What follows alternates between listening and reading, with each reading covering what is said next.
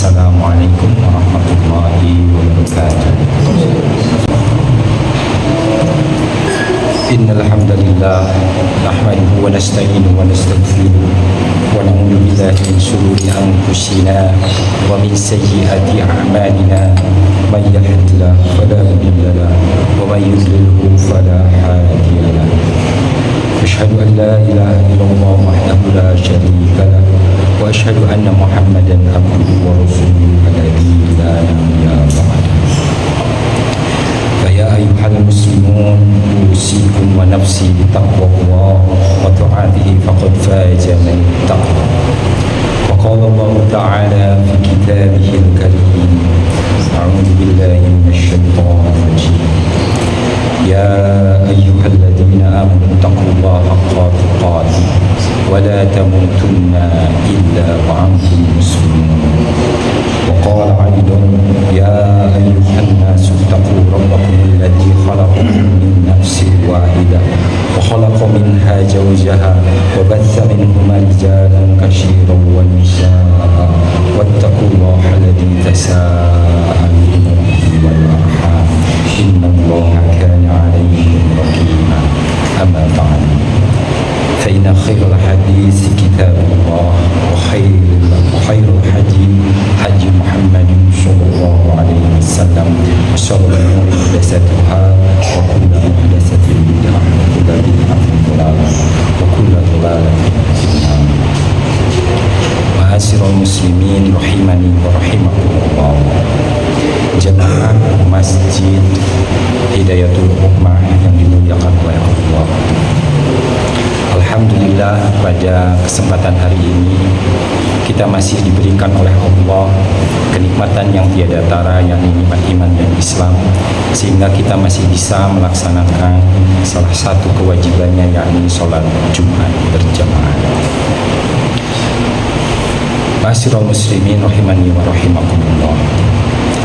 Setiap manusia tentunya menginginkan kebahagiaan. Tidak ada satupun di antara kita yang hadir saat ini ataupun yang tidak ada yang di rumah, semuanya menginginkan kebahagiaan. Tetapi sungguh Allah telah memberikan statement dalam surat Al-Asr ayat 2, innal insana lafi khusr, bahwa sesungguhnya semua manusia tidak terkecuali dalam keadaan rugi. Maka sesungguhnya apa itu bahagia?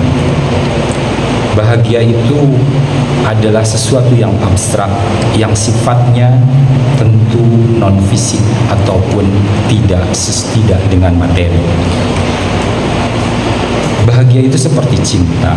Bahagia itu hal yang kita rasakan. Maka rasanya sangatlah bodoh ketika kita menginginkan kebahagiaan lewat materi, karena sesungguhnya kebahagiaan itu adalah imateri atau non fisik. Maka para hadirin jamaah rahimakumullah, bahagia itu tentu berbeda untuk setiap orangnya, untuk setiap tingkatnya, baik itu laki-laki maupun perempuan, karena sejatinya bahagia memiliki makna yang berbeda di tiap-tiap manusia.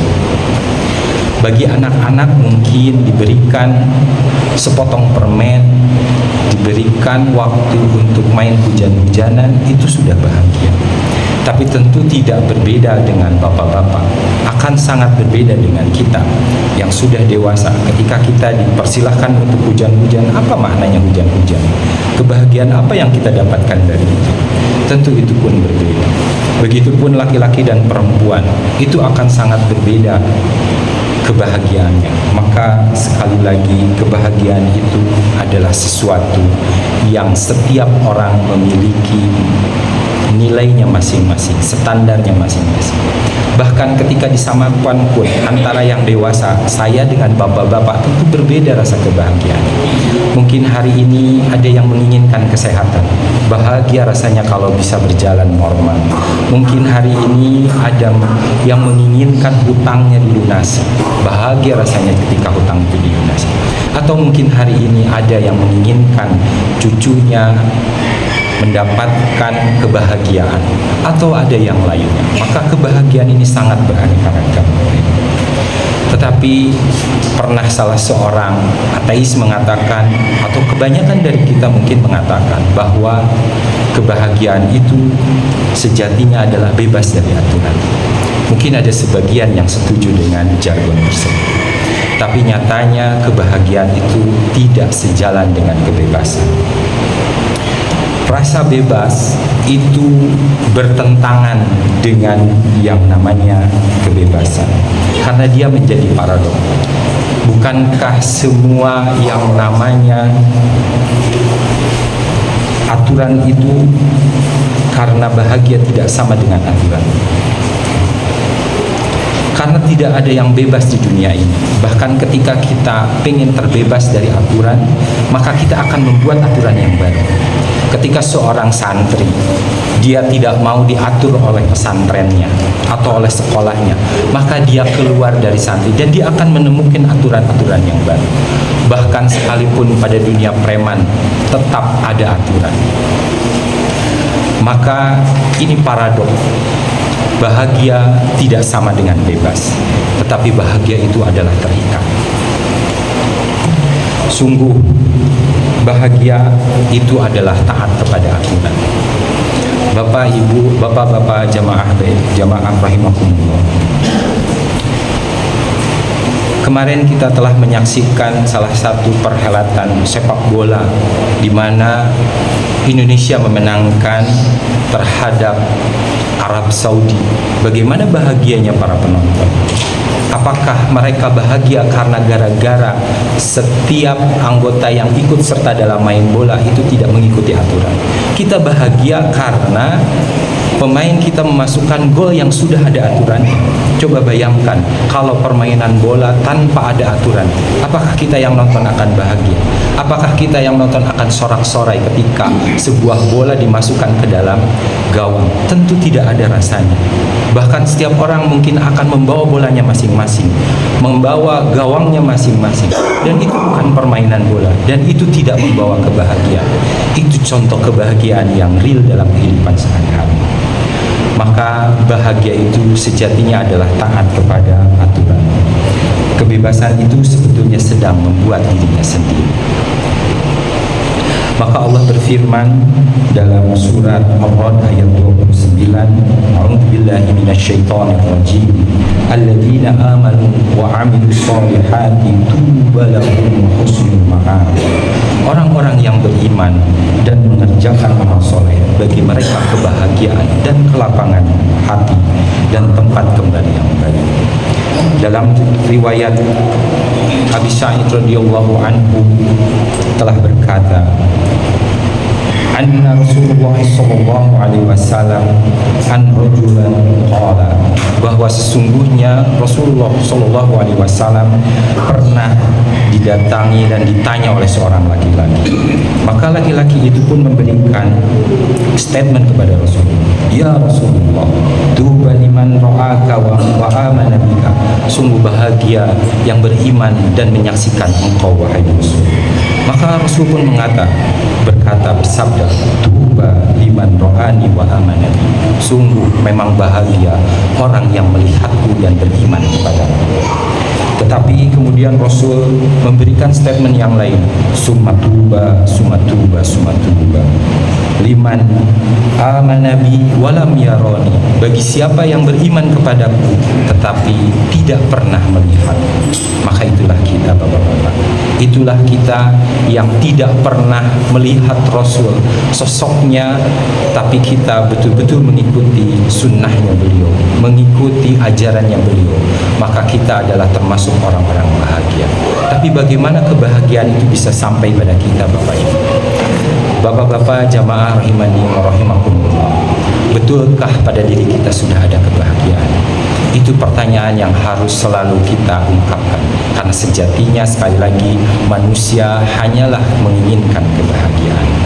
Bahagia itu bukan bebas. Bahagia adalah adanya ketaatan ketika menjalankan semua aturan, berupa ketundukan dan kepatuhan pada yang membuat aturan. Kenapa orang bisa bahagia? Karena diatur.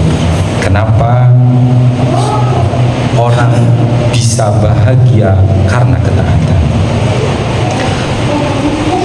Jamaah rahimani wa rahimakumullah, perkenankan saya mengambil sebuah analogi atau percontohan bagaimana seseorang bisa taat dengan aturan dan menjadikan dia menjadi bahagia.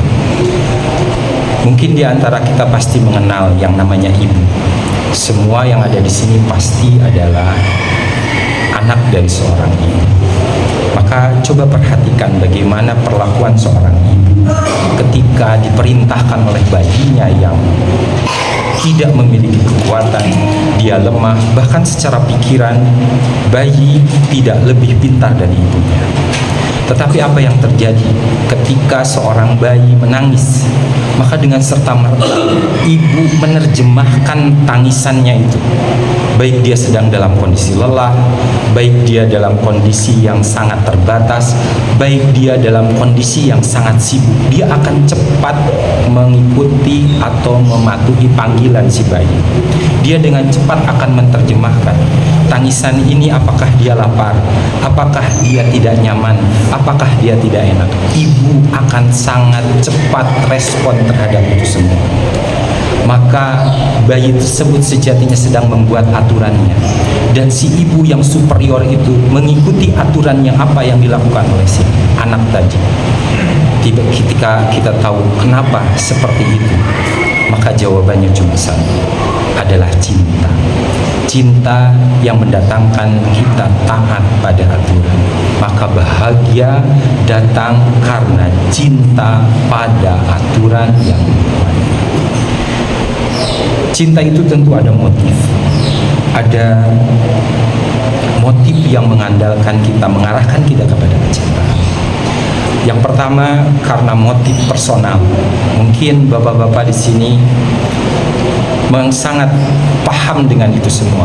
Ketika kita misalkan akan taat dengan aturan pekerjaan kantor, pagi-pagi sudah bangun, sudah siap naik motor di pagi yang sangat dingin mungkin, apalagi sekarang musim hujan. Walaupun hujan, bapak-bapak dengan sigap memakai jas hujan berangkat. Kenapa? Karena taat kepada si bos yang memberikan kita pekerjaan. Dan yang kedua tentu karena materi yang akan diberikan. Itulah ketaatan kita. Ketaatan yang berbatas pada personal ataupun pada materi. Ataupun yang ketiga, motif cinta itu justru datang karena adanya status atau pujian. Berapa banyak kita melihat di sosial media orang-orang melakukan segala aktivitas kebaikan, ketaatan-ketaatan yang rasanya tidak perlu kita lakukan, tetapi karena sebuah pujian, sebuah tanggapan untuk terus dipuji, maka manusia melakukan itu.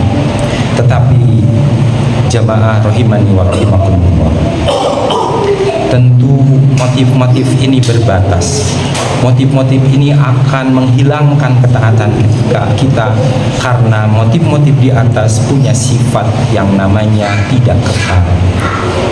Ketika yang memberikan pekerjaan kepada kita sudah tidak memberikan lagi materi, maka kita pun akan abai terhadap aturan itu.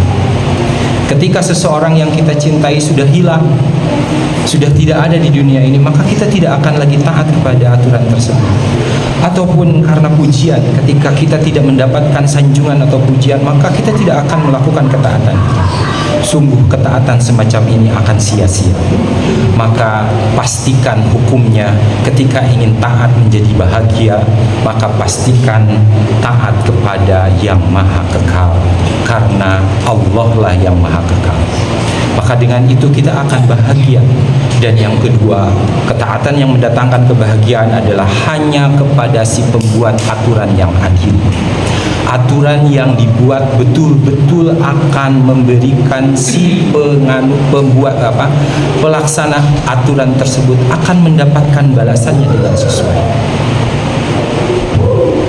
Bapak-bapak jamaah rahimani wa rahimakumullah, aturan seringkali kita buat, dan seringkali kita yang sendiri yang menyalahi aturan tersebut. Berapa banyak di antara bapak-bapak yang membuat aturan? Oke, besok saya akan mengaji Quran 1 jam. Tapi apa yang terjadi setelah ada kesibukan yang lain, ada main bola, ada hal-hal yang melenakan kita, maka aturan itu kita yang membuat, kita sendiri pun yang akan mengkhianati aturan tersebut. Maka tidaklah bahagia pada aturan yang semacam ini. Kita tidak akan bahagia kepada yang ada, atau bahkan kepada semua orang yang membuat aturan di negeri ini. Jangan berharap ada keadilan, karena keadilan sejatinya hanyalah milik Allah. Allah berfirman dalam surat Al-An'am ayat 57, Innil hukmu ilallah, karena sesungguhnya aturan hanyalah aku yang bisa membuatnya. Yaqusul haqqa wa khairul fasirin, dia menerangkan kebenaran dan dia memberi keputusan yang baik. Jamaah rahimani wa rahimakumullah. Maka dengan itu saya mewasiatkan kepada bapak-bapak sekalian bahwa pastikan ketika kita ingin bahagia, jika ada perasaan tetap tidak bahagia pada diri kita, pertanyakan, jangan-jangan kita tidak mengikuti aturan yang maha kekal dan yang maha adil. Barakallahu li wa lakum.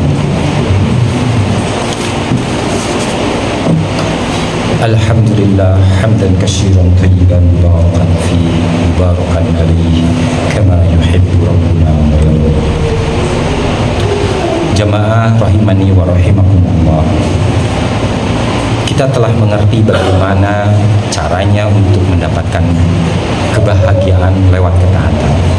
Maka sesungguhnya setiap manusia memiliki potensi tersebut, karena pada lanjutan surat Al-Asr ayat selanjutnya dikatakan illal ladzina amanu wa 'amilus sholihat wa tawassaw bil haqq wa tawassaw bis sabr. yakni orang yang tidak akan pernah rugi adalah orang-orang yang beriman dan mengerjakan amal soleh dan saling bersabar dalam kebaikan dan serta bersabar dalam segala apa yang dia terima. Maka yang paling penting dari kita melakukan atau untuk mendapatkan kebahagiaan itu adalah dengan cara mengetahui tujuan hidup kita. Apa sejatinya Allah melahirkan atau melahirkan kita di muka bumi ini? Sejatinya tiada lain, tercantum dalam surat Ad-Dariyat ayat 56. Wa ma khalaqtul jinna wal insa illa liya'budun. Dan tidaklah, kata Allah, aku ciptakan jin dan manusia melainkan hanya untuk beribadah. Dalam sebuah tafsir dikatakan liya'budun ay liwahidun, yakni bertauhid. Maka ketika kita menginginkan kebahagiaan, perbaikilah akidah kita, karena sejatinya kita ada di muka bumi ini untuk liya'budun ay liwahidun, untuk beribadah dan menunggalkan Allah. Maka dari itu mari bapak-bapak sadari hal ini. Apa persepsi atau apa jaminan kita ada di muka untuk bumi untuk mendapatkan kebahagiaan, yaitu jaminan ketaatan kepada Allah. Karena sejatinya Allah tidak akan pernah zalim pada semua perlakuannya. Allah selalu akan adil.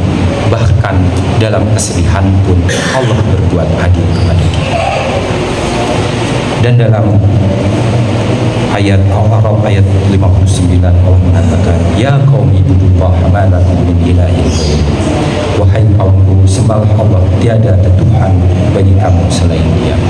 Maka jamaah rahimani wa rahimakumullah, rasanya pantas kalau kita belum merasa bahagia ketika kita belum taat benar kepada Allah, kita belum mengikuti aturan-aturan Allah. Bahkan kita harus mengesahkan Allah, karena sejatinya ibadah diterima itu hanya dua syarat. Yang pertama ikhlas karena Allah, dan yang kedua muttabi kepada Nabi Muhammad SAW, yaitu mengikuti segala syariat yang telah diajarkannya. Jamaah rahimani wa rahimakumullah, mudah-mudahan apa yang disampaikan menjadi pengingat bagi kita dan memberikan hasanah baru bahwa sesungguhnya kita tahan duduk sekarang di sini adalah dalam rangka mencapai kebahagiaan.